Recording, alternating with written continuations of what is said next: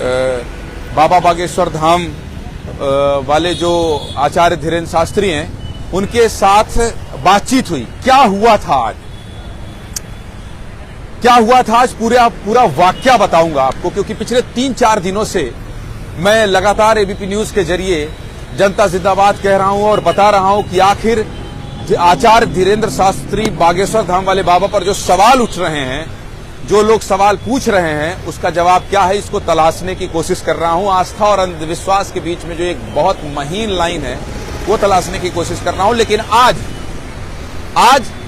बाबा बागेश्वर धाम वाले आचार्य धीरेन्द्र शास्त्री के दरबार में मेरी अर्जी लग गई, और जब मुझे उन्होंने कहा, जब मेरे बारे में वो बताने लगे, मेरी जीवनी के बारे में वो बताने लगे, तो मैं हतप्रभ था। मैं बहुत अचंभित था कि आखिर कैसे ये कहा जा सकता है, कैसे कोई मेरे बारे में इतना जान सकता है। ये सब कुछ मैं सुन रहा था, और मैं बिल्कुल उस समय, कुछ समय के लिए, क्योंकि आचार्य धीरेन्द्र शास्त्री जब आज बोल रहे थे तो उनकी आंखों में आंसू भी थे, वो बहुत भावुक भी थे, और आज जो मुझे पता चला है वो बहुत फूट फूट कर रोए भी हैं। तो क्या हुआ था ये जानना चाह रहे हैं, क्योंकि सोशल मीडिया में लगातार लोग सवाल पूछ रहे हैं कि आखिर एबीपी न्यूज का रिपोर्टर जब वहां पहुंचा और लाइव दिव्य दरबार हुआ, उसी दिव्य दरबार में जिसको लेकर सवाल है, जिसको लेकर ये कहा जा रहा है कि यहाँ पर उनके सेट लोग आते हैं, ये सब पाखंड है, ये सब अंधविश्वास है, उन तमाम सवालों का जवाब आज मुझे मिला है। इसलिए मैं आपको ये बताना चाह रहा हूं कि आज क्या हुआ, सबसे पहले आप उसको सुन लीजिए। जैसे आमतौर पर हम किसी बड़े इवेंट को कवर करने जाते हैं, मैं भी वहां पहुंचा हुआ था, और जब वहां पहुंचा था तो पत्रकारों की तरह मैं भी पत्रकार जहां खड़े होते हैं वहां खड़ा था। लेकिन आचार्य धीरेन्द्र शास्त्री ने कहा, उन्होंने ये कहा कि आज पत्रकारों के सामने मैं इस चैलेंज को एक्सेप्ट करता हूं, और आज 50 कैमरे लगे हैं, उन कैमरे के सामने मैं सारे चैलेंज को एक्सेप्ट करते हुए सबूत पेश कर रहा हूं। इसके बाद मुझे कोई मत कहिएगा कि मैं रोज रोज आप चैलेंज देते रहें और मैं एक्सेप्ट करता रहा हूं। उन्होंने श्याम माधव, जो नागपुर के एक व्यक्ति हैं जिन्होंने आरोप लगाया है कि ये अंधविश्वास फैला रहे हैं और चैलेंज करते हैं, इस सब पर भी बात उन्होंने कही। उन्होंने कहा कि ये इनके ताल्लुकात जो हैं वो क्रिश्चियन समुदाय या क्रिश्चियन समाज के इनके गुरु हैं, जिसलिए ऐसा बोल रहे हैं। लेकिन सबसे महत्वपूर्ण बात जो मैं आपको बताने के लिए खड़ा हूं वो ये है कि अचानक से धीरेन्द्र शास्त्री ये कहते हैं मंच से, जब उनका दिव्य दरबार लगा था, कि कोई मेरे चाचा का नाम बता सकता है, कोई ऐसा व्यक्ति है जो मेरे चाचा का नाम बता सकता है, और पत्रकार बता सकता है क्या? जितने पत्रकार यहां खड़े हैं वो क्या मेरे चाचा का नाम बता सकता है? सारे लोग सन्न थे। स्वाभाविक सी बात है, कोई किसी के चाचा का नाम कैसे बता सकता है अगर वो उसके बारे में नहीं जानता है। लेकिन उन्होंने कहा मैं बता रहा हूं। बोले यहां कोई भी ऐसा पत्रकार है जिसके चाचा का नाम भृगुनाथ तिवारी है, वो दरबार में आ जाए। ये सुनते ही मैं अवाक हो गया, क्योंकि मेरे ही चाचा का नाम भृगुनाथ तिवारी था। मैं माइक लेते हुए, चूंकि मैं उस वक्त रिपोर्टिंग कर रहा था, मैं दिव्य दरबार में गया, उनको प्रणाम किया। प्रणाम करने के बाद मुझसे उन्होंने कहा कि क्या आपके चाचा का नाम भृगुनाथ तिवारी है? मैंने कहा हाँ जी, मेरे चाचा का नाम भृगुनाथ तिवारी है। फिर उन्होंने कहा कि अंधविश्वास तो नहीं फैला रहे हो, अगर मुझसे पहले मिले हो, तुमने मुझे अपना परिचय दिया है या तुमने अपनी जीवनी के बारे में, मिला था, मैं इस बात से इंकार नहीं करता, क्योंकि मैंने उनका एक इंटरव्यू किया था जिससे पूरा देश देख रहा है, तो मैं उनसे मिला था। लेकिन मैं अपना भी नाम बहुत ज्यादा नहीं बताया था, हाँ बस ये एबीपी से हैं, और ये बहुत कुछ हालचाल घर परिवार की बात नहीं हुई थी। उन्होंने कहा कि बहुत पाप लगेगा अगर आप अंधविश्वास फैलाएंगे, मतलब जो सच है आप वो बताइए। मैंने कहा नहीं, जो सच है मैं वही बता रहा हूं, और मैं 3 दिन से ये कोशिश कर रहा हूं एबीपी न्यूज के माध्यम से कि जनता जिंदाबाद अगर यहां मैं कर रहा हूं तो मैं लोगों की राय जान रहा हूं और पूछ रहा हूं कि क्या आप अंधविश्वास मानते हैं। मैं ये, जब उन्होंने अगला सवाल किया, उन्होंने मुझसे ये कहा कि क्या आपके भाई का नाम राघवेंद्र तिवारी है? मैंने कहा जी। ये सुनकर भी मैं हैरान था। देखिए, यहां पर लोगों की भीड़ है और लोग यहां पहुंच रहे हैं और आ रहे हैं और ये सुनना चाहते हैं, ये पूरी कहानी जो है वो सुनना चाहते हैं कि आखिर हुआ क्या था।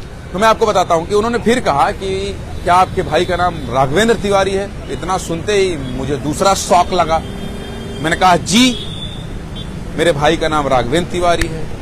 क्या अभी आपके भाई के घर का गृह प्रवेश हुआ है? 2 दिन पहले ही हुआ है। मैंने कहा जी। इसके बाद भी मैं कुछ नहीं बोल पाया। जिनकी बेटी अविसी है और आपकी भतीजी का नाम अविसी है? मैंने कहा जी स्वामी जी। अब मेरे पास बोलने के लिए कुछ बचा नहीं था, क्योंकि मैंने उन्हें कुछ भी नहीं बताया था। बिना कुछ बताए उन्होंने सब कुछ बता दिया। जो मेरे परिजनों का नाम बताया, मेरे चाचा जो भृगुनाथ तिवारी हैं, सबसे पहले अभी वो भोपाल में रहते, उन्होंने कहा कि आप एक सवाल पूछ सकते हैं, एक सवाल पूछ सकते हैं। और सवाल के पहले ही आचार्य धीरेन्द्र शास्त्री ने जवाब लिख लिया था। ये जो मैंने देखा है, देखिए आस्था अंधविश्वास ये क्या है ये आप तय करें, लेकिन जो मैंने देखा है वो मैं आपको बता रहा हूं। लोग कह रहे हैं कि वो फर्जी हैं, वो पाखंड कर रहे हैं, वो अंधविश्वास फैला रहे हैं, इस पर मैं नहीं जा रहा हूं। ये आपका मत है, ये कहते रहिए। पक्ष विपक्ष जो भी कह रहा है हम लगातार दिखा रहे हैं निष्पक्षता से। लेकिन मैंने क्या देखा, सवाल उनसे पूछा, उसका जवाब वो लिख चुके थे। उसमें मैंने पूछा कि मैं पत्रकारिता के क्षेत्र में, मीडिया फील्ड में ही आगे जाना चाहता हूं स्वामी जी, और देश और समाज की सेवा इसी क्षेत्र में रहकर करना चाहता हूं। इतना कहना था कि वो जो लिखते हैं पेज में, वो तुरंत सामने आ गया और उसमें लिखा था कि आप इसी फील्ड में, इसी क्षेत्र में आगे जानना चाहते हैं, पदोन्नति का योग है और ये मंत्र का आप जाप करें।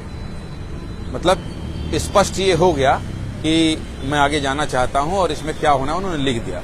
उन्होंने वो थोड़ी गुस्से में थे, थोड़ी दुखी थे, थोड़ी परेशान थे, क्योंकि वो ये कह रहे थे मंच से कि बहुत सारे ऐसे दूसरे धर्म में चीजें हो रही हैं, कोई इतना प्रमाण नहीं मांगता है, कोई इतना प्रूफ नहीं मांगता है और कोई इतना देता भी नहीं है। मैं दे रहा हूं। मैं इसलिए दे रहा हूं क्योंकि मैं अपने गुरुओं की सेवा किया हूं, और गुरुओं की सेवा और बाबा बालाजी की कृपा से, बालाजी के आशीर्वाद से और हनुमान जी की कृपा से मैं ये सब कर रहा हूं। और आचार्य धीरेन्द्र शास्त्री ये भी कहते हैं कि मैं कोई चमत्कारी बाबा नहीं हूं, मैं कोई संत नहीं हूं, मैं कोई महात्मा नहीं हूं, मैं धीरेन्द्र कृष्ण हूं। ये जो हो रहा है ये सब बालाजी की कृपा है, ये हनुमान जी की कृपा है, बजरंगबली की कृपा, ये वो कहते हैं अपनी बातचीत में। उन्होंने मुझसे कहा, जब मैंने कहा तो उसमें वही लिखा था। आज थोड़े गुस्से में तो उन्होंने कहा कि आज के बाद अगर कोई मुझसे प्रमाण मांगेगा मैं उसे नंगा कर दूंगा। उसकी वजह यह थी कि लगातार लोग सवाल कर रहे हैं कि आप ये वो, तो थोड़ी गुस्से में थे। मैं बार बार ये कहते हुए साफ कर दूं आपको कि जो दो पक्ष है वो दोनों ही सवाल उठाए जा रहे हैं, वो दोनों ही सवाल उठाए जा रहे हैं और वो दोनों ही सवाल हम लगातार दिखा भी रहे हैं। उनकी आपत्ति इस बात को लेकर थी कि क्यों ये कहा जा रहा है रहस्यमयी लोक, क्यों ये कहा जा रहा है अंधविश्वासी। अरे आओ जाओ, कोई बहुत ऐसी बात नहीं थी, एक निजी बात थी। और निजी बात चूंकि उन्होंने कहा ये मुझे आपको पता है, इसको ये नहीं बताना चाहिए, वो मेरी जिंदगी से जुड़ी हुई थी और जिस सोच के साथ हम आगे बढ़ रहे हैं और जो या तो यूं कहे प्रोफेशन से संबंधित थी, प्रोफेशन से रिलेटेड मैं जो काम कर रहा हूं उससे संबंधित थी और लोगों के लिए थी। तो ये सब कुछ उसमें था, ये सारा कुछ था।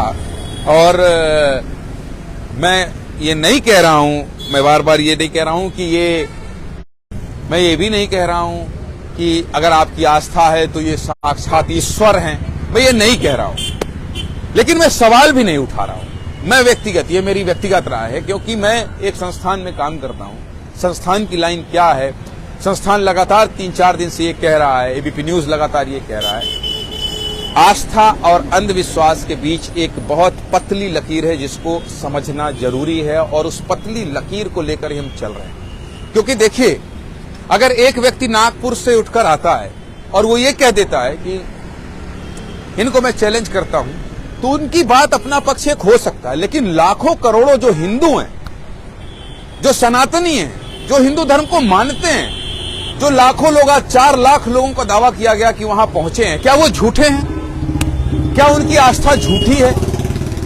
और क्या ये कह दिया जाए कि बाबा झूठे हैं? बाबा नहीं, मैं इसको सच नहीं मानता। आज के इस वाकये के बाद मैं इसको सच बिल्कुल नहीं मानता।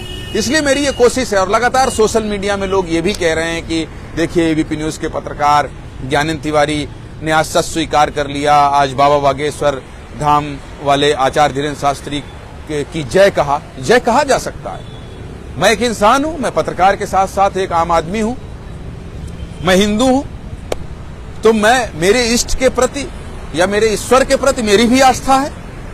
और अगर वो राम राम कह रहे हैं और राम राम की बात कह रहे हैं लोगों के बीच में, तो मैं भी राम राम कह रहा हूं, मैं भी जय श्री राम कहता हूं। मैं भी घर से निकलता हूं तो बिना हनुमान चालीसा के पाठ के नहीं निकलता हूं, उसके बाद ही भोजन करता हूं। तो अपने आराध्य को याद करना, उनको प्रणाम करना अगर ये पाप है, तो मुझे लगता है कि आप ऐसे जो सवाल कर रहे हैं उनका जवाब देना ठीक नहीं है। और जिसको लेकर, क्योंकि वो सनातनियों की बात कर रहे हैं, वो धर्म की बात कर रहे हैं, वो आपके प्रभु, आपके आराध्य श्री राम की बात कर रहे हैं। और जब वो कर रहे हैं तो मेरी आस्था है उन पर। मैं जब पत्रकार रहूंगा, लेकिन जब मैं व्यक्तिगत अपनी बात करूंगा और जब मेरा अनुभव, जब मेरी अर्जी लग गई दरबार में और मेरे बारे में बताया गया, तो मैं इसे झूठा नहीं कहूंगा। जो मैंने देखा है वही सच है। मैंने बाबा बागेश्वर धाम वाले आचार्य धीरेन्द्र शास्त्री को प्रणाम किया है और मैं ये मानता हूं कि उन्होंने जो बताया है वो सच है। और मैं ये भी मानता हूं, ये बता रहा हूं आपको, कि मैंने बिल्कुल नहीं बताया उनके किसी लोगों को कि मेरे चाचा का नाम ये है, मेरे भाई का नाम ये है और मेरी भतीजी का नाम ये है। सोशल मीडिया में कहीं पोस्ट है, कुछ लोग कह रहे हैं कि वो उसको लेकर देखकर, ये बात की बात। लेकिन जब आप नजर से नजर मिलाकर बात करते हैं, मैं आचार्य धीरेन्द्र शास्त्री की नजरों को देख रहा था, वो आज दुखी थे और जब वो बात कर रहे थे तो वो कोई साधारण व्यक्ति नहीं लग रहे थे। उन्होंने कहा भी, इसके बाद उन्होंने आज दिव्य दरबार खत्म भी कर दिया। तो बस एक चीज साफ करना था और ये बताना था आपको, क्योंकि इन दिनों बाबा बागेश्वर धाम मेरा एक कर्तव्य है कि मैं जो भी महसूस किया हूं आपको सच बता दूं, क्योंकि तरह तरह की न्यूज के लिए साथ बने रहिए। फिलहाल मुझे और मेरे सहयोगी दुर्गेश साहू को इजाजत दीजिए। नमस्कार।